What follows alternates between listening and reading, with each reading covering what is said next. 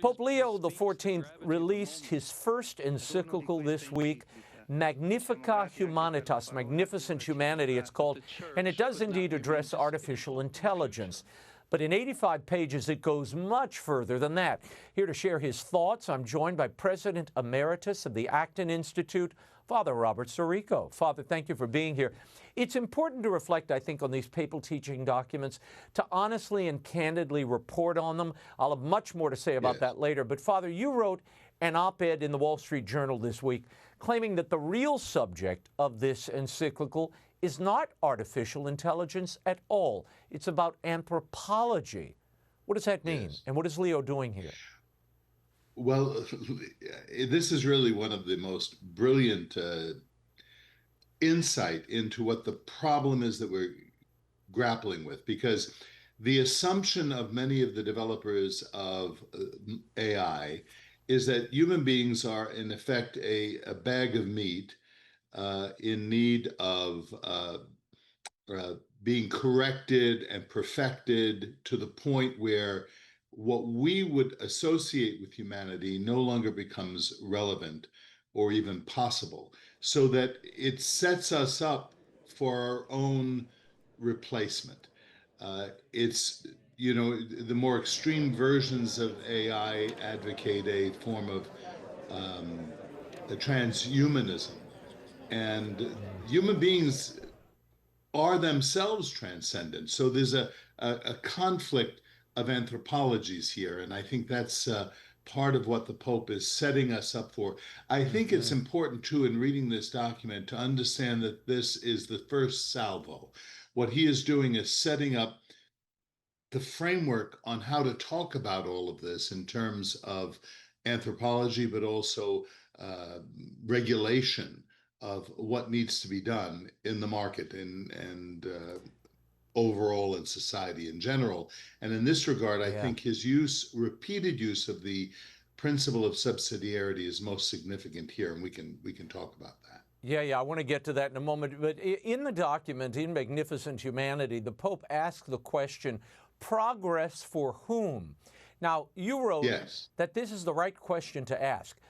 Father Gerald Murray and Robert Royal over on the Prayerful Posse this week, Father, noted that the document's answer to AI, practically speaking, is urging government regulation, redistribution of wealth. The word entrepreneur, I haven't done a check on it, but the word entrepreneur is used repeatedly, and the Holy Father even talks about entrepreneurship as a vocation. I mean, I haven't heard that since Centesimus Annus. So I think it's a very balanced document.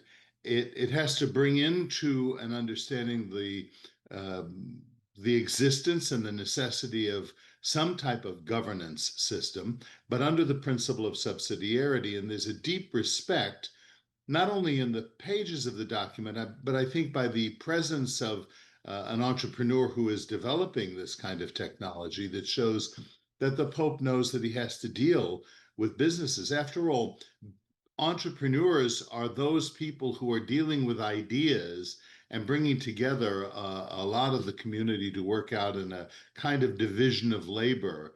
Now, there are threats with that. There are problems with that, especially if it's taken to that transhumanist extreme. But I think we can't become the opposite extreme, the troglodytes in this, the Luddites, and be so afraid of it. I think what Leo is doing is steering us toward a central way of looking at this, a balanced way of looking at this, so that we can grapple with this thing authentically, because it's not going anywhere. It's happening, and the question is, how is it going to happen, and for whom is it going to happen? But Pope Leo does suggest, Father, quote, just laws and methods of redistribution. What does that mean to you? Well, the church has always talked about redistribution in various forms. He puts that always under the principle of subsidiarity, so that he says, I suppose in that particular context, I don't know what chapter that is of the 250-something paragraphs of this. I don't remember what that is, but I do know that what he says very clearly is he's talking about linking together subsidiarity and solidarity. And he does this in a unique way, in a way that's rarely seen in popular explanations of the church's social teaching. Okay, explain that to people. There's a lot of non-Catholics, Father, watching. They don't know what you just said. What is subsidiarity? Yes, What's solidarity? Why are they, I'm sorry. how do they So cooperate? subsidiarity basically says that needs are best met at the most local level of their existence. Mm-hmm. Solidarity says that we recognize ourselves in the other person, that we are not radical individualists, that we are connected to human beings from the first moment of our existence and throughout the rest of our lives. Now, what he is afraid of is that if we divorce subsidiarity from solidarity, what you end up happening is a degeneration into some kind of welfarism that lacks responsibility. On the other hand, if you have solidarity without subsidiarity, what you have is political partisanship. And that's the point that I think Robert Royal and Father Murray were emphasizing. We don't want to have this kind of totalistic view that the government is going to do everything and control everything. I think what the government does and what the document says very clearly is that subsidiarity needs to apply to the digital revolution, and the government needs to be seen as the ensurer of a fair dialogue and interrelation, empowering the lower levels of society. That's what the document says in 70, 71, 72, 73. Yeah.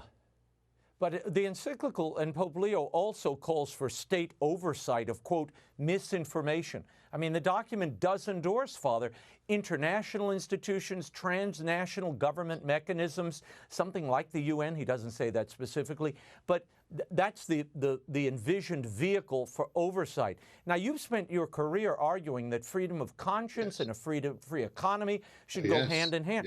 Should the government be deciding what disinformation is? Because we've seen in recent days, disinformation was actually clear and true information that was being suppressed by the government. Absolutely. Yes, and I read this document very carefully with an eye exactly to those kinds of dangers. What I think Leo is doing here, though, and this again, this repeated emphasis of subsidiarity really is what he's offering as a protection against a kind of one world government, a totalistic government. Now, he's speaking for the entire world. That is the big Catholic vision of what has to happen. But I think what he wants to do is bring in all of the lower levels of society and understand that the rule of law, and I think when he is using this phrase about governance, he's talking about not bureaucracy, but a rule of law, a set of principles that prevent any one sector from dominating the entire thing. He wants to have, he doesn't use the phrase division of labor, but that's what the principle of subsidiarity is saying. He wants to bring in all the sectors of society and the state as the guarantor of law, that this will be done fairly and honestly. Now, I think there are real problems, and it's not that I don't have my critiques of what is being said. It's that I want to first say what he has said and then point out the areas that I think are weak. And I think one of the areas that are weak is that he doesn't appreciate enough that the knowledge that he wants to see dispersed is best provided not by government, but precisely by the factors of society that come into association with one another through a market. The market communicates information, and that's what we need. He's afraid that information is going to be monopolized either by private actors or by the government.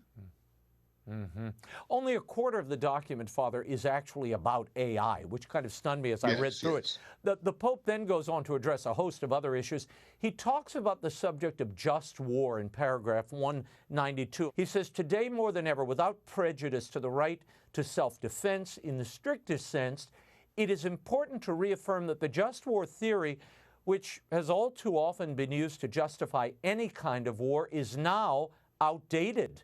Humanity possesses far more effective and capable tools promoting human life and resolving conflicts such as dialogue, diplomacy, and forgiveness. The use of force, violence, and weapons reflect a relational poverty that always has disastrous consequences for civilian populations.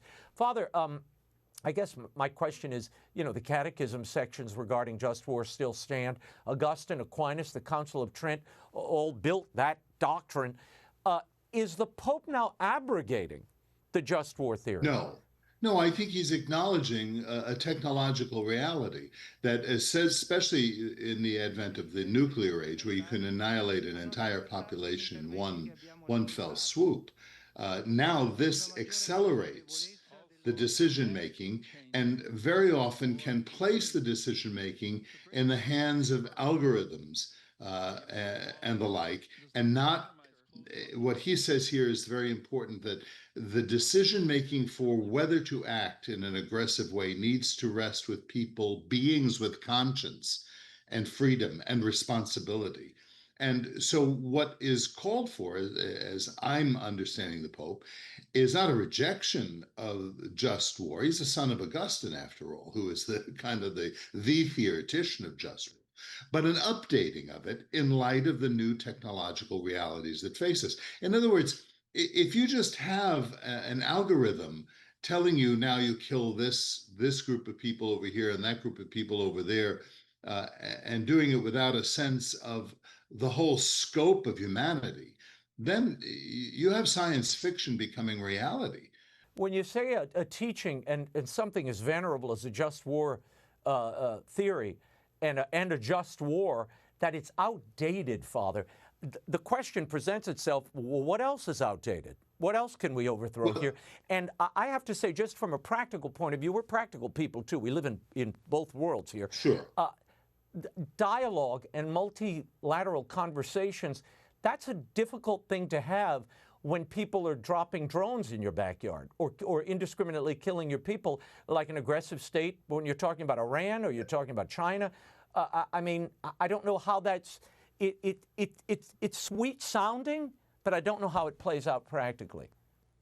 I think he's holding up a moral norm that in our society, moral norms sound sweet sounding and utopian. But if he's not going to do it, who's going to do it? I think we have to grapple with this technological reality that changes things in terms of how we make decisions about whether particular targets should be struck. Do we want to leave that to mathematical equations, or do we want people grappling with the reality of it on the ground? That's all I think he's saying. It sounds like there's no just war left, Father. And I mean, we don't have time to get into all of this, but it sounds like, it feels like a pacifistic approach, and that's the only moral position. That's never been taught in the history of Catholicism, Father. In the very passage you just quoted from the encyclical, he says just the opposite, notwithstanding the right to self-defense in its authentic sense. So no, he is not abrogating anything. He wants to update. And doctrine has always been updated. I mean, our understanding of things like interest rates and usury and all of that had to be updated in light of greater knowledge of what's happening in science and the advance of science. So I think he's setting us on the path to seriously grapple with this in a very practical way. I want to talk about the anthropological core of the document, which is genuinely powerful and I do think timely. Leo says that technologists and these transhumanists want to eclipse the human person. And the insistence that man is not surpassed by the machine because man is not reducible to a calculation, that's a critical message for today. But how do we reconcile the anthropological heart of that document with the practical problems of a politicized economy and government control of economics and even this technology that is also floated here? Well, all of these things that reduce the human person to just his biological reality rather than his transcendent reality, which has to be taken into consideration. All of these things that impinge upon human freedom and the exercise of conscience are to be resisted. And all that AI does in this moment is accelerate things to the point where we have to slow down and remember our humanity. That what does a technology exist for? It needs to exist for human betterment, or for what the Holy Father calls, in accordance with the teaching, tradition, the common good of humanity, which is not a kind of socialized collective, but the well-being of all peoples, and setting up the systems that will guarantee that, um, by recognizing that human beings exceed their productivity, they exceed efficiency, they exceed their disabilities, that the dignity of the human person resides in the human person as such, and not in his creative capacity, is the thing we need to be reminded in the face of all technological advances, but now Yeah. especially this one. This is a big thing. This is happening and it is enormous. And for the Pope to be framing the question, as I say, this is just the first salvo. We're going to be talking about this, Raymond, the rest of our lives. Yeah. Well, the interesting thing here is Leo the 13th, his predecessor, 130 something years ago, he had the advantage of having lived through some of the Industrial Revolution, a good chunk of it, and then commenting on the fallout. Here, we're just at the dawn of the AI age, and Leo's kind of getting ahead of it. So we don't really have the fullness of experience to really comprehend what actually is endangered and what the possibilities are for AI. So I did note that just as a historical timeline, they aren't really in tandem, though I know that many are saying, oh, this is the same. It's really not, because Leo the 13th did have the advantage of history on his side when he wrote the encyclical Rerum Novarum. To touch on some other news this week, at this week's General Audience, Father, Pope Leo was teaching on Vatican II, and he addressed priests directly, calling upon them to, quote, uphold respect for the texts and norms of the liturgy. And he invoked Sacrosanctum Concilium, the great Vatican II document on the liturgy, and said no priest should add, remove, or alter anything on his own initiative from the liturgy. I mean, Father, we still have dancing priests on altars. I had video last week, a woman in vestments raising chalices at the altar in Germany. There are all kinds of odd permutations. Are priests and bishops listening to Leo? Yes. No, I think this is wonderful that he's doing this. I mean, I have to say, and I'm as sensitive about these liturgical abuses as anyone. Certainly over the years we've talked about this. I have to admit that I have noticed that it has diminished a good bit. It is not, we're not living in the 70s and 80s anymore. It's calmed down. And as I very often say, the cavalry is on its way. That is, these young seminarians are men of prayer, their reverence and everything. I think that it is good that the Holy Father has emphasized this.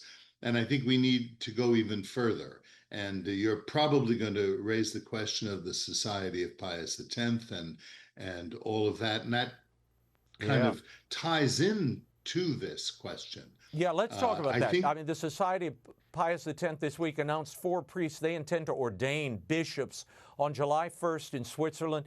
As we've been reporting, they intend to do this without a papal mandate, so without the Pope's permission. The Vatican, through Cardinal Fernandez and the Dicastery for the Doctrine of Faith, has declared in no uncertain terms that this would constitute a schismatic act carrying automatic excommunication. Father, your thoughts on what this means for the society, for the church at large? Well, I think it is, if I say an exciting moment, I don't mean that it's fun. I think that it is a very dramatic moment, because now this is the second time that these folks will be excommunicated if they take this action, and let's pray that they don't. But this also, and the reason I say it's exciting, it gives the Holy Father an opportunity to begin to open alternatives. One of the great attractions, and I haven't done the numbers on this, I don't know if you are aware, but I will bet you that the Society of Pius X grew in proportion to the severity of the enforcement of Traditionis Custodes. And I think the Pope now has an opportunity to peel back some of that. How he does that, I think he has a variety of options of how to go about that. But I think this recent teaching at the audience on reverence for the rubrics is one piece of this puzzle. And I think if they in July decide to go ahead with these ordinations, then what the Pope can do is open up a wider permission for the use of the traditional liturgy, which won't be the solution because there are very few people really. I mean, there are 2%. I mean, we're professionals in this. We know this world. Yep. Most Catholics don't know this world, but they're getting the side effect of this world. That is, I think what I noted just anecdotally in terms of the increased reverence of how priests celebrate the Mass, even if they're just in a mundane way observing the rubrics, it speaks for itself. I think we may be on the verge of a real turn liturgically and in terms of the deepening of our spiritual lives in the Church. So this is an opportunity for the Holy Father to act, and I don't think he's missing the point.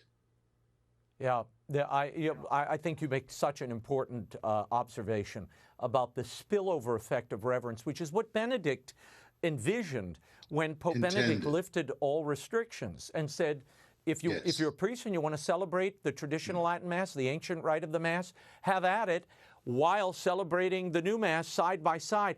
It inevitably influences one over the other. Well, the way that a pianist who plays classical music, when they go to jazz, there's a precision they bring to the game.